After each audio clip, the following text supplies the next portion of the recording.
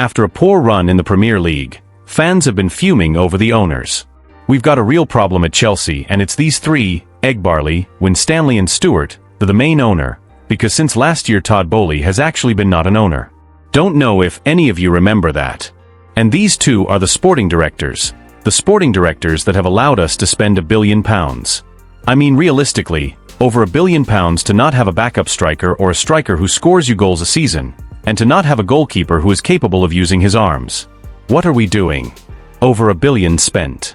We have sacked Tuchel, 5 managers since then. The recruitment, no signings in January when we were crying out for a backup striker and crying out for a goalkeeper.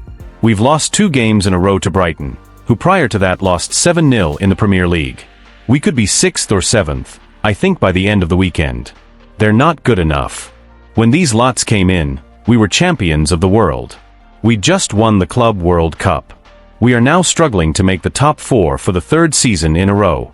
We've also got a manager that's clubs that have been together 3 or 5 years and struggle. Why should Chelsea, after 6 months, be winning the league, finish in the top 4, or win competitions? Because Tuchel won the Champions League after 6 months.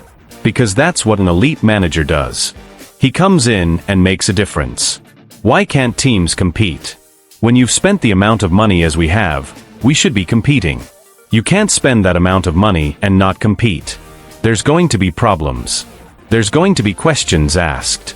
There's going to be unrest among the fans. Is that not obvious? The manager we all loved in Thomas Tuchel was sacked because he refused to have no control over transfers, to not be driven to the wrong way basically. Who won us the Champions League in 6 months? We've now got a manager who says it might take 3 or 5 years to win something. We're doomed.